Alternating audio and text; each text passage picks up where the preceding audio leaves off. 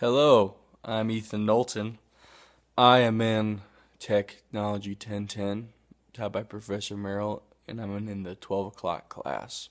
Um, I've recently been doing some research on the Challenger shuttle disaster.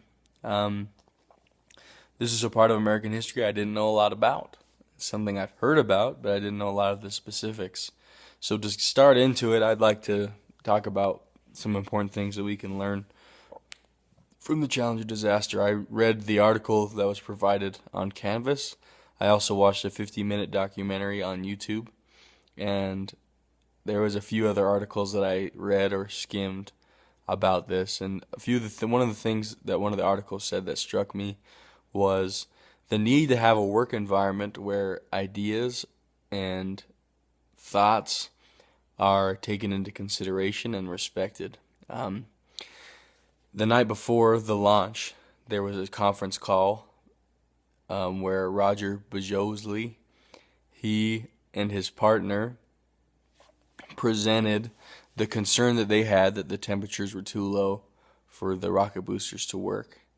The managers then responded, asking questions. One thing that the article said is take off your engineer hat and put on your manager hat. Another thing that was said was, well, do you want me to, when do you want me to do the launch then? Or things like that.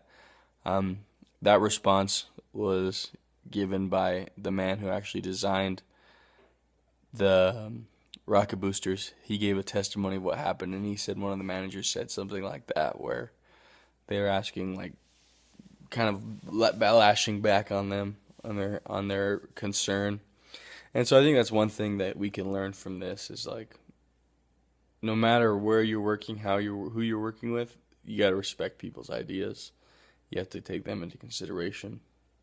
And so they don't feel intimidated. And if they feel intimidated, they're not going to share any more ideas, which could lead to you not having as much success or a disaster like which happened. I think Bajosley, something he could have done better is, if he could do anything better. I mean, looking back on it, we can obviously see where he could have done better. But in the moment he was in, he made it a point to present that concern on the conference call to the managers at Thiokol and at NASA. And I found it interesting that the managers kind of, after the proposition was kind of shut down or shot down, the managers at Thiokol and NASA just continued on and decided to go with the launch. And I could see how that could leave Bajosley feeling discredited, and I could see how that could leave him, I guess, not willing to share more or feeling like he did what he could. Because I feel that he truly made it a point and he was concerned about it.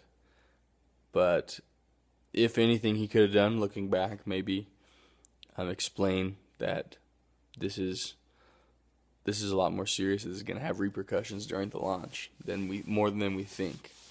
NASA, something they could have done different is push back the launch date, because I feel they knew further ahead that the temperatures in Florida were not going to be good enough, and they did know that the O-rings had been tested for, in the article it says 51 degrees.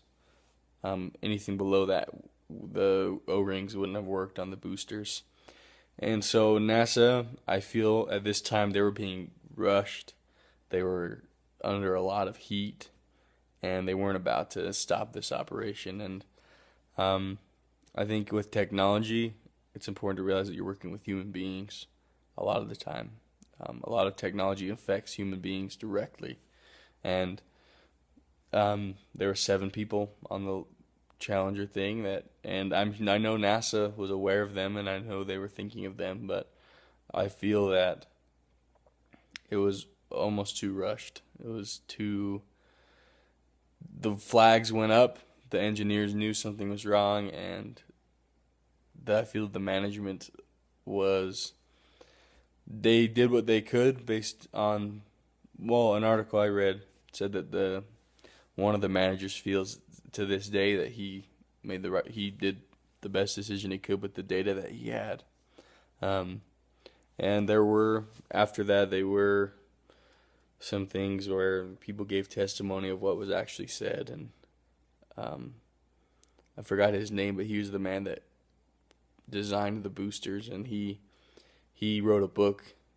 In the documentary, talked about how he wrote a book about ethics in that whole scenario, and he gives his whole testimony of what happened and why. And so I feel that they could have in included management more. I feel that they kind of had their managers, but it would have helped to have a higher up person from NASA, if that makes sense. I don't know if that exists or not, but um, overall, I did learn a lot, and I think there's a ton we can take from this. And there's always ethics in technology, no matter what you're doing.